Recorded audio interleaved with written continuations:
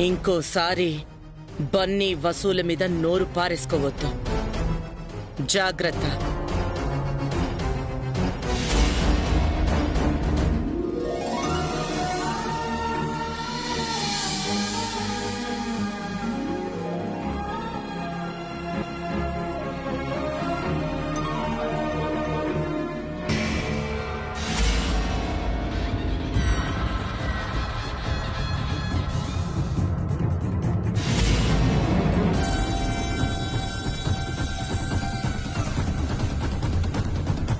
అక్కడ పేక ముక్కలున్నాయి కదా,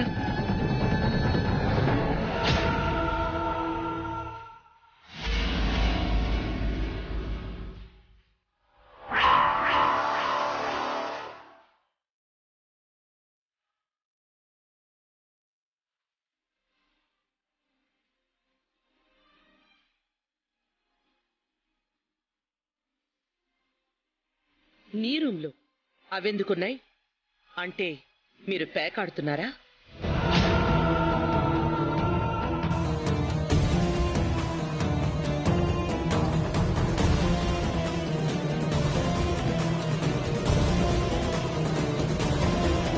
ఈ ఇంట్లో ఇలాంటి వెధవ పనులు చెయ్యకూడదని నీకు తెలీదా? ఎవరు చేశారు ఈ పని?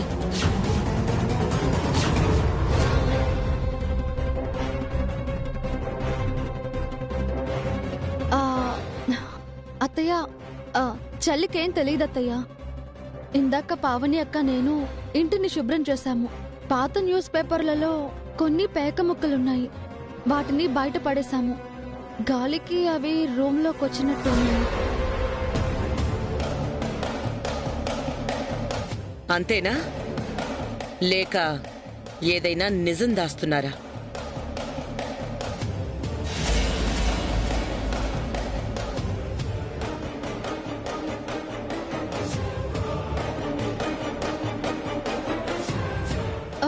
లేదత్తయ్య, గాలికొచ్చాయి. బయట పడేస్తాను. నిజంగా ఈ ఇంట్లో ప్యాకాట్ ఎవరైనా ఆడారని తెలిసిందో పీక పిసికి చంపేస్తాను. ఇంట్లో నుంచి గెంటేస్తాను.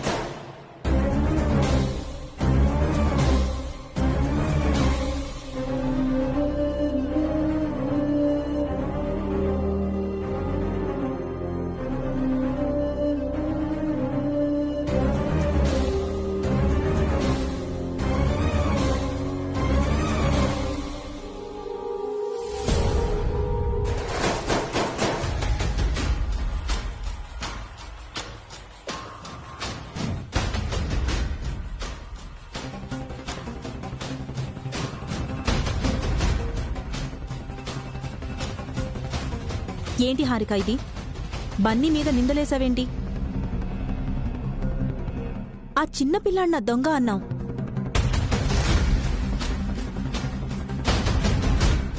ఏమ్మా, ఇందాక మీ అత్తే అన్న సరిపోలేదా?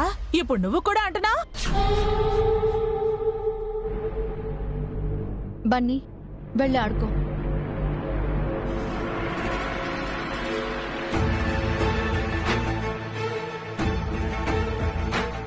వసు బన్నీలు ఎలాంటివారో తెలిసే నిందలేస్తున్నారేంటి? వీళ్ళు కావాలనే చేస్తున్నారక్క. ఇందాక కార్డ్స్ విషయంలో హారికపై అరిచాం కదా, అది మనసులో పెట్టుకుని ఇలా ప్రవర్తిస్తుంది. ఏంటి హారిక, ఇప్పుడు అత్తయ్య గారి దగ్గర నిన్ను కాపాడింది కూడా వసునే కదా? చదువుకున్నావు, కాస్తైనా మెచ్యూరిటీ ఉండద్దు? మీరు తోడుకోడళ్ళా, దీనికి అత్తగారులా? ఎందుకు దీన్ని కాకులా పొడుచుకు తింటున్నారు? ఇంకాపుతారా పిన్ని గారు? ఇదంతా మీ వల్లే వచ్చింది. హారికని అనవసరంగా చెడగొడుతున్నారు.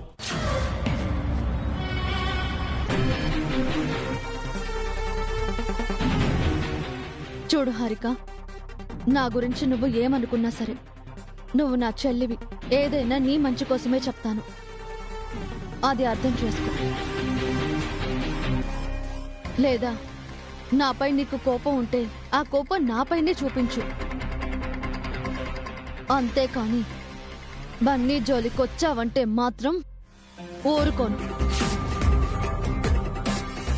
నీకిదే చెప్తున్నాను విను. నేను ఎన్ని బాధలైనా పడతాను, కానీ బన్నీ కంటి నుంచి ఒక్క కన్నీటి బొట్టు బయటకొచ్చినా నన్ను నువ్వు తట్టుకోలేవు. నేనేం చేస్తానో ఊహించలేవు.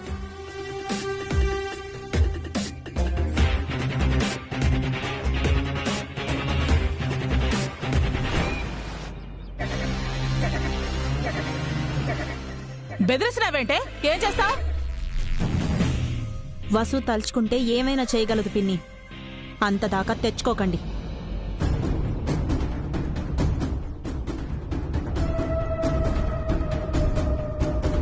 చూడు హారిక, మన ముగ్గురం ఒకే తల్లి పిల్లల్లా కలిసిమెలిసి ఉండాలి. మేమేం చేసినా నీ మంచి కోరే చేస్తాం. నువ్వింకా చిన్నపిల్లవని అన్ని పనులు మేమే చేస్తున్నాం. మా తోడబుట్టిన చెల్లెల్లా చూసుకుంటున్నాం. అది అర్థం చేసుకోకుండా పంతానికి పోయి పగ ప్రతీకారం అన్నావంటే నష్టపోయేది నువ్వే. గుర్తుపెట్టుకో. రావసు.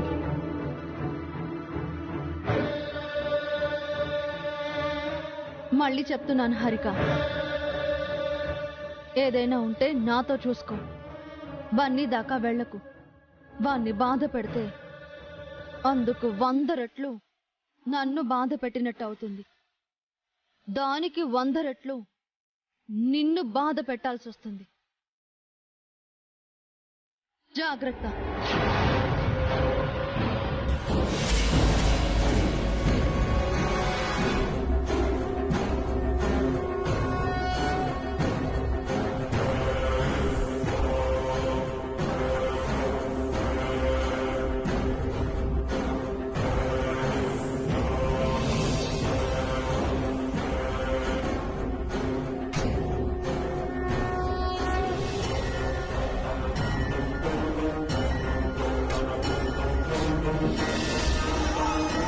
వాళ్ళంతా ఒకటైపోయారే, మనమే వేరైపోయాం.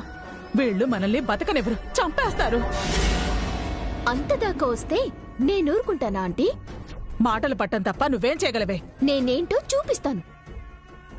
అదేదో ఇప్పుడు చూపించవే. చూపిస్తాను, ఇప్పుడే చూపిస్తాను.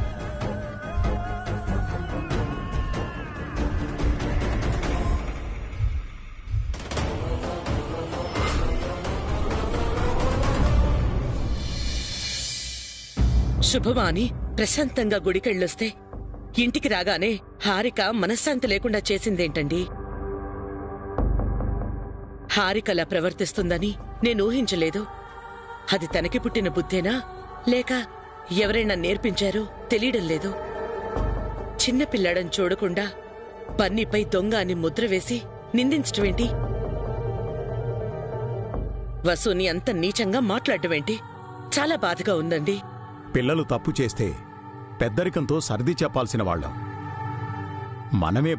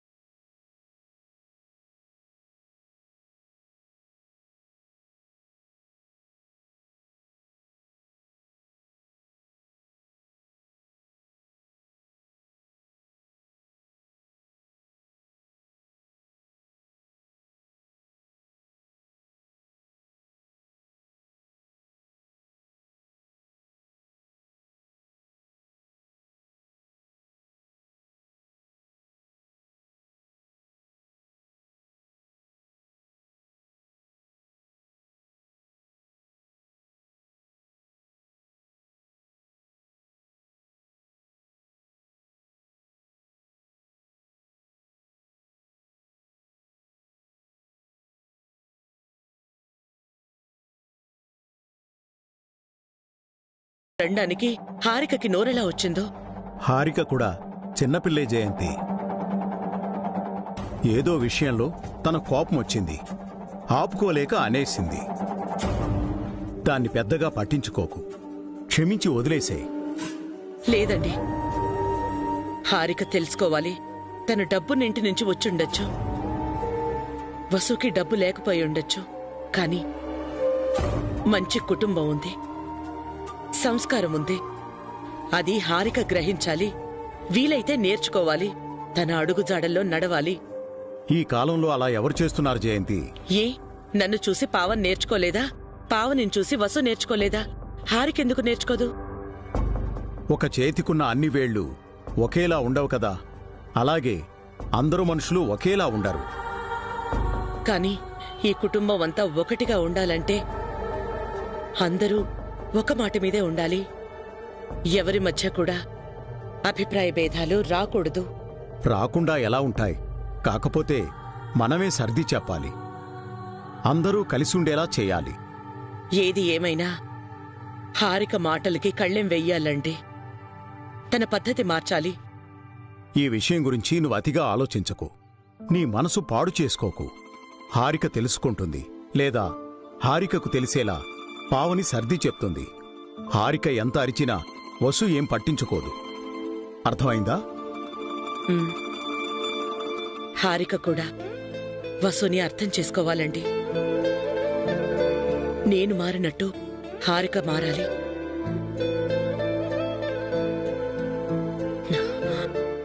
లేకుంటే కష్టం.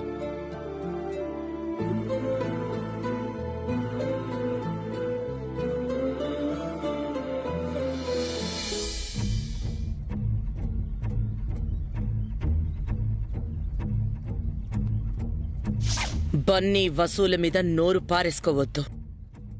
జాగ్రత్త. నిజంగా ఈ ఇంట్లో ప్యాకాట్ ఎవరైనా ఆడారని తెలిసిందో పీక పిసికి చంపేస్తాను, ఇంట్లో నుంచి గెంటేస్తాను.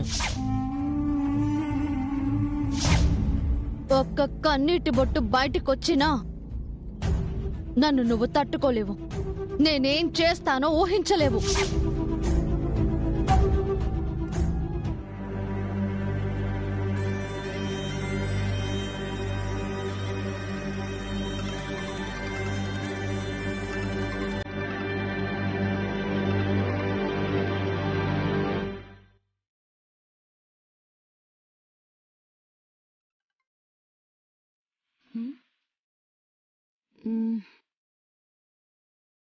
బేబీ ఏంటి ఫోన్ లిఫ్ట్ చేయట్లేదు?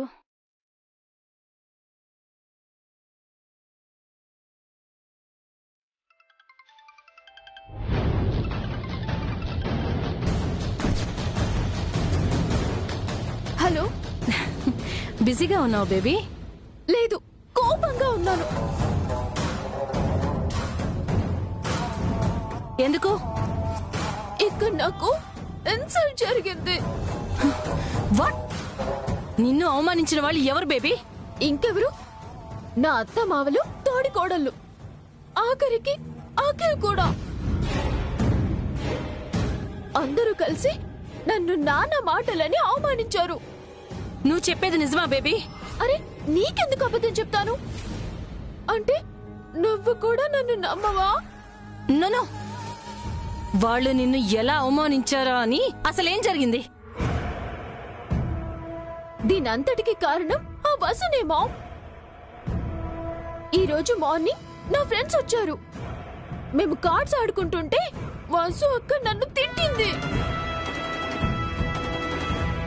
ఆ తర్వాత అఖిల్ తిట్టాడు. ఆ కోపంలో నేను బన్నీని ఒక్క మాట అంటే అత్తయ్య, మావయ్య, పావని అక్క అందరూ నన్నే అన్నారు. సుమ ఆంటీకి తప్ప ఇక్కడ అందరూ నాకు యాంటీ అయిపోయారు మామ్. అఖిల్ని పెళ్లి చేసుకుంటే హ్యాపీగా ఉండొచ్చు అనుకున్నాను. మనకున్న డబ్బుకు, స్టేటస్ కు ఇక్కడ నేనే నెంబర్ 1 అవుతాననుకున్నాను. బట్ అంతా తలకిందులైపోయింది. నేను సర్వెంట్ కంటే చీప్ అయిపోయాను. నన్నెవ్వరూ గుర్తించకపోగా అందరూ అవమానిస్తున్నారు మామ్. నీ పట్ల అంత చీప్ గా బిహేవ్ చేయడానికి వాళ్ళకెంత ధైర్యం బేబీ? నువ్వు నా కూతురు అన్న విషయం వాళ్ళు మర్చిపోయారా? ఫస్ట్ నేను నీకు గుర్తున్నానా? పెళ్లి చేసి పంపించేశావు, తర్వాత పట్టించుకోవడం మానేశావు. నువ్వు అసలు నా మామేనా? నువ్వక్కడ హ్యాపీగా ఉన్నావు అనుకున్నాను. నిన్ను బాగా చూసుకోవడానికి ఆ సుమంగళికి లంచాలిచ్చాను. నీకింత అవమానం జరుగుతుందని నేను అస్సలు ఊహించలేకపోయాను. అంతా బస్సు వల్లే మామ్. తనే ఇంట్లో హైలైట్ అవుతుంది. అందరూ తనని తల మీద పెట్టుకొని ఊరేగుతున్నారు. ఊరేగించని ఆ ఉత్సవ విగ్రహాన్ని నేను నీళ్లలో నిమజ్జనం చేస్తాను. నేను రేపు మార్నింగ్ అక్కడికి వస్తున్నాను. నేనేంటో చూపిస్తాను. నువ్వేం ఫీల్ అవ్వకు, ఓకే? ఓకే మామ్, రేపు త్వరగా వచ్చే. వస్తాను. ఉసై వసు, నా బేబీతోనే పెట్టుకుంటావా? నేను నామరూపాలు లేకుండా చేస్తానే. ఏ ఇంట్లో నువ్వు గౌరవంగా బ్రతుకుతున్నావో అదే ఇంట్లోనే నిన్ను అవమాన పాలు చెయ్యకపోతే నా పేరు చాముండేశ్వరే కాదు.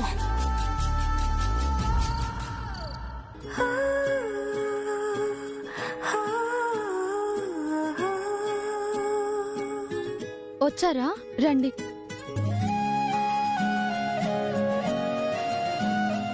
అను, కీర్తి ఎప్పుడొచ్చారు? ఇందాకే వాళ్ళ తాతయ్య వదిలేసి వెళ్లారు. మీరెప్పుడొస్తారా అని ఎదురు చూసి చూసి ఇప్పుడే నిద్రపోయారు.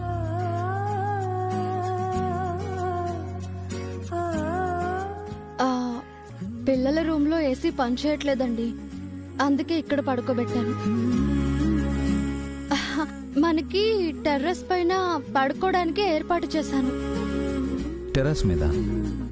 ఏ వద్దా అండి? ఆరు బయట పడుకుని చాలా రోజులైందండి. న్యాచురల్ ఎయిర్లో చంద్రుని చూస్తూ చుక్కలు లెక్క పెట్టడం చాలా బాగుంటుంది కదా? అవునండి, ఆరు బయట వెన్నెల్లో పడుకోవడం నాకు కూడా చాలా ఇష్టం అండి. సరే, నేను ఫ్రెష్ అయ్యి వస్తాను. తర్వాత పైకి వెళ్దాం. అదేంటి, భోంచేయరా? ఓ, ఐఎమ్ వెరీ సారీ. నేను తినేసి వచ్చాను. మీరు తిన్నారా? పిల్లలతో పాటు తినేసానండి. నైస్. నేను పైన ఉంటానండి. సరేనండి, నేను ఫ్రెష్ అయ్యి వచ్చేస్తాను.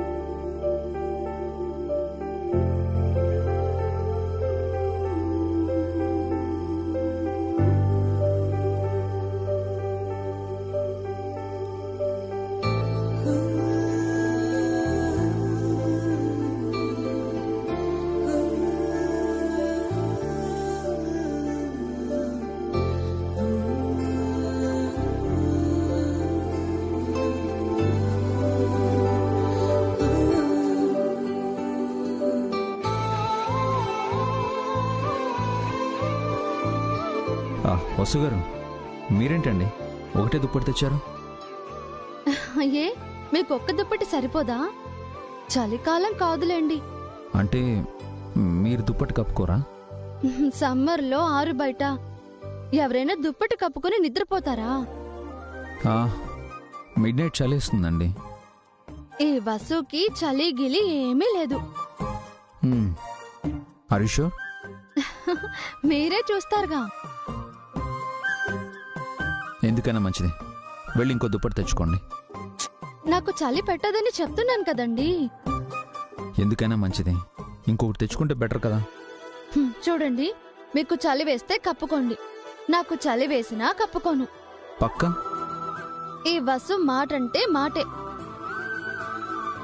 Okay, good night. Good night.